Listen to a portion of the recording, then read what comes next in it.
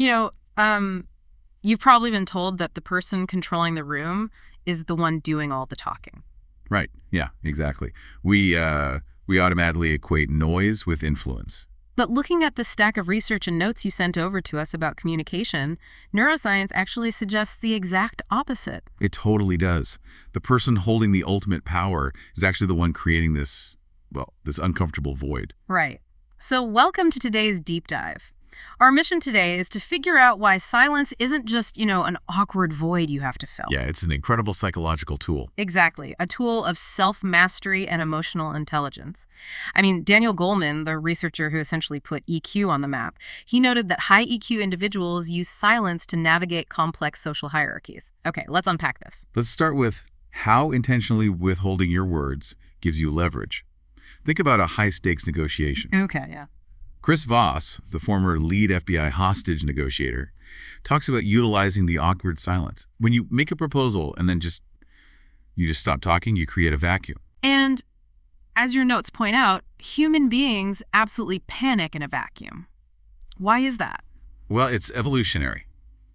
For our ancestors, silence in a social setting usually signaled a break in the tribe. Oh, wow. Yeah, which triggered acute anxiety about being ostracized or left behind. So when you stay quiet, the other person feels an intense physical pressure to alleviate that discomfort. So they just start talking to fill the space. Right. They'll often reveal their bottom line or make concessions just to break the tension. That makes total sense. And it stops you from doing that thing salespeople call talking past the sale. Oh, absolutely. Like where you make a great point, you panic at the quiet, and then you just over-explain until you've ruined your own argument. Right. Dilutes the power of what you just said. It's kind of like putting a winning hand down on a card table. Yeah. You don't need to stand up and explain why a royal flush beats a pair of twos. You just put the cards down. I love that visual. You just sit back and let the silence do the work. Yeah. The pregnant pause commands attention and forces everyone else to cognitively process your logic rather than just reacting to the sound of your voice. So, okay, that's using silence offensively to persuade. Yeah. But what happens when we're on the defensive? Like in a conflict. Yeah. Say someone throws a totally unwarranted insult at you. What's fascinating here is what happens inside your head in that exact second. Your brain essentially short circuits. It's called an amygdala hijack. Meaning your primal brain takes over to fight off a perceived threat? Precisely. Yeah. Blood and resources literally rush away from your prefrontal cortex. And that's the logic part of the brain, right? Exactly, the part responsible for logic and reasoning.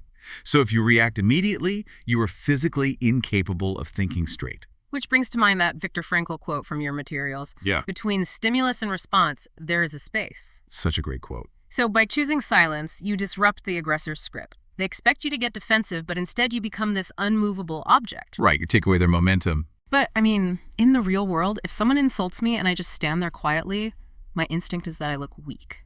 Doesn't that just look like I'm taking the hit? Well, it definitely feels that way when your heart is pounding. But silence isn't losing. It's not. No, it is a highly tactical retreat to preserve your reputation. By holding your tongue, you're demonstrating complete emotional control. I see. When you don't take the bait, the aggressor is left hanging out to dry, looking impulsive and, frankly, unhinged. Okay, I see how that protects us from hostile attacks.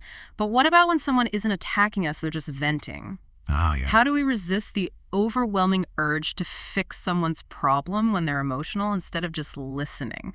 I struggle with this one constantly. That urge is so incredibly common. Yeah. But remember how the prefrontal cortex goes offline during anger? Yeah. The same thing happens with intense grief or frustration. High emotional arousal rejects logic. Oh, right. Your brilliant advice won't just bounce off. It might actually be misinterpreted as dismissive.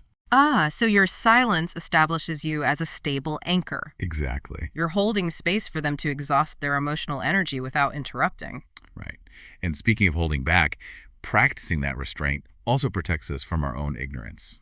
Oh, we've all seen that person who knows absolutely nothing about a topic, yet they are, talking the loudest in the room. Yeah, that's the Dunning-Kruger effect in action, where low ability leads to extreme overconfidence. Which is never a good look. No, speaking just to sound smart usually backfires terribly. Which brings up that great Abraham Lincoln quote from the research. It's better to remain silent and be thought a fool than to speak and remove all doubt. I love that one. By holding your tongue, you observe, you gather the critical information you're missing, and then you can speak with precision when it actually counts. Ultimately, silence isn't the absence of thought. It demonstrates that you are comfortable with discomfort, and it shows ultimate emotional control. Absolutely. The person holding the real winning hand isn't the one yelling the loudest. It's the one who knows exactly when to say absolutely nothing. Yeah. Which leaves us with a really important question for you to mull over as you go about your day. If silence is such a powerful tool for controlling external situations and navigating other people, what might you discover if you apply that same intentional silence to your own internal monologue?